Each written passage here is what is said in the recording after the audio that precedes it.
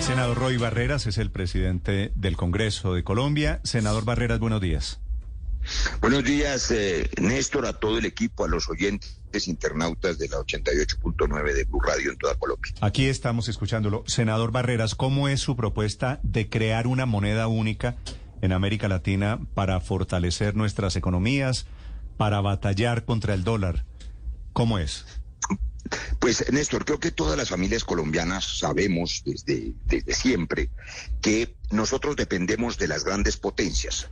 La economía global es la que marca el camino y nosotros somos o víctimas o beneficiarios de las decisiones de otros, de Europa, de los Estados Unidos, de China, del Asia.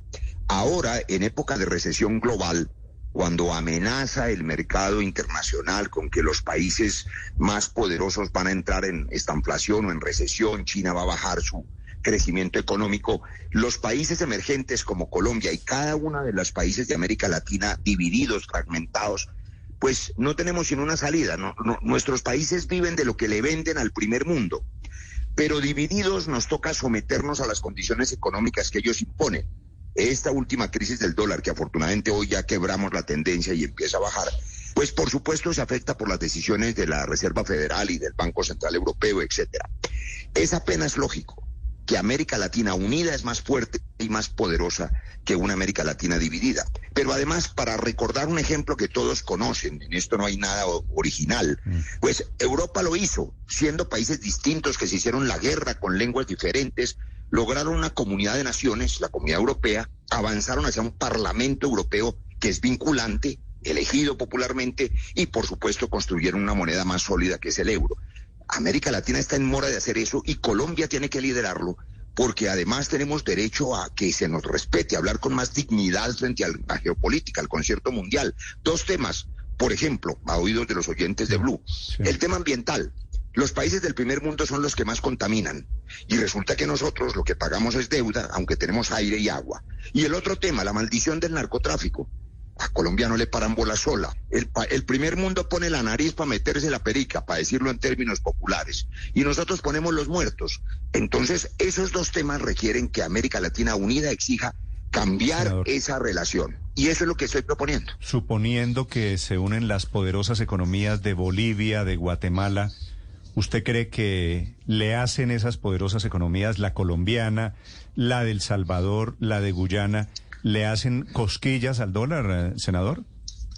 Súmele la de Brasil, la de Chile, la de Argentina, la de un continente, la de México, y por supuesto súmele el potencial que tiene. ¿Qué tiene América Latina? Y Colombia. Tiene aire y tiene agua. ¿Qué necesita el primer mundo? Sobrevivir. Son responsables del cambio climático. Tenemos la selva amazónica, tenemos la selva del Pacífico, tenemos el agua del bloque sur, Argentina y Chile. Nosotros somos capaces de venderle al mundo lo que necesita, pero tienen que pagar por ello, tienen que pagar por el aire. La propuesta del presidente Petro en el Putumayo hace unos días a mí me pareció magistral. Los bonos de carbono traídos a valor presente para poder pagar deuda e invertir en la inequidad, pero que el primer mundo pague por el oxígeno y el aire que nosotros le estamos proveyendo. Sí. ¿Usted sabe qué porcentaje de los activos financieros son manejados desde Estados Unidos por el dólar, senador Barreras? Es que no solamente es desde Estados Unidos. Y la deuda, por supuesto, que es un tema central, tampoco depende solo de los países, sino, por supuesto, de la banca privada y de múltiples inversionistas en el mundo. Pero lo que quiero decirles, la moneda norteamericana, afortunadamente o desafortunadamente, es la que manda hoy, y más que el yen japonés, más que el euro europeo, más que la libra esterlina. ¿Usted cree que nos unimos nosotros en América Latina y qué ganamos? Bueno, son dos cosas. El dólar seguirá siendo una moneda fuerte porque es la moneda universal. Para bien, digo yo, no para mal. Ese es, digamos, otro debate. ¿Qué ganamos con una América Latina unida? Mercados conjuntos, aranceles liberados entre nuestras naciones. Podemos definir líneas comerciales de exportación e importación para negociar mejor. Si estamos unidos, podemos negociar mejor con el resto del mundo. Y es lo que ha ganado Europa en su unidad. Mire lo que ocurrió con Inglaterra.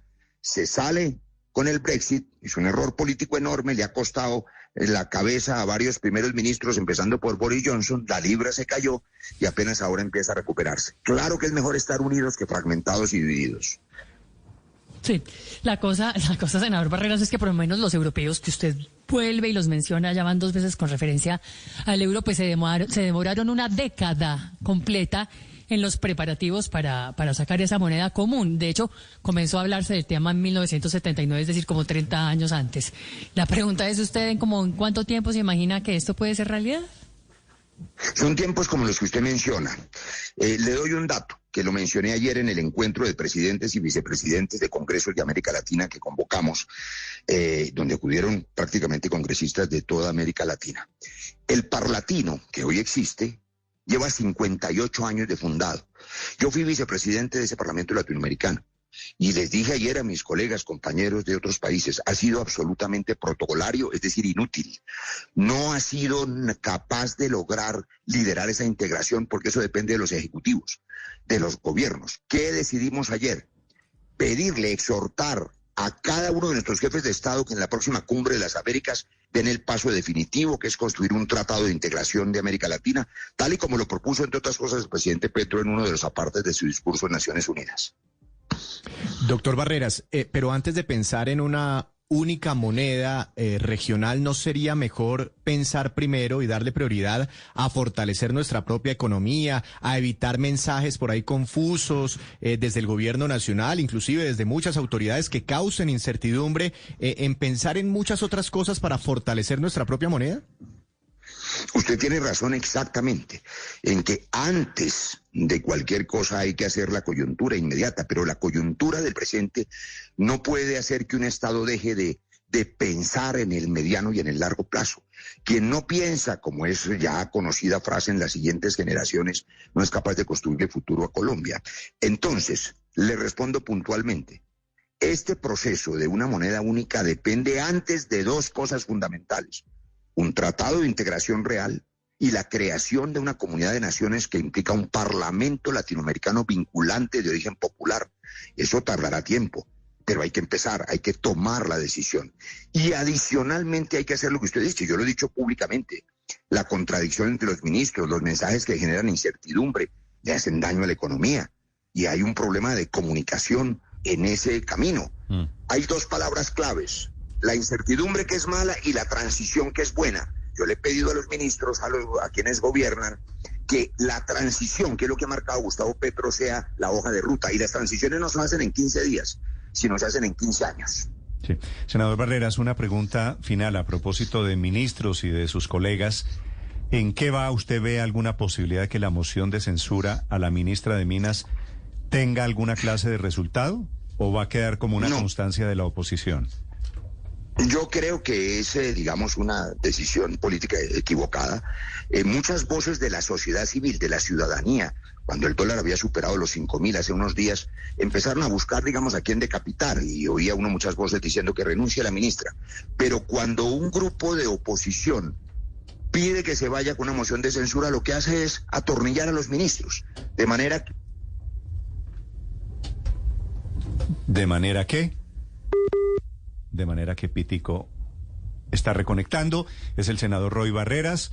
Bueno, en esa parte de la ministra de Minas seguramente tiene razón. 8 de la mañana, 5 minutos en Blue Radio. Paola, señor senador, ¿está? Sí, estoy, Néstor. Se me fue. Terminaba la respuesta. Sí, que no, señor, al contrario. Me decía sobre la ministra de Minas.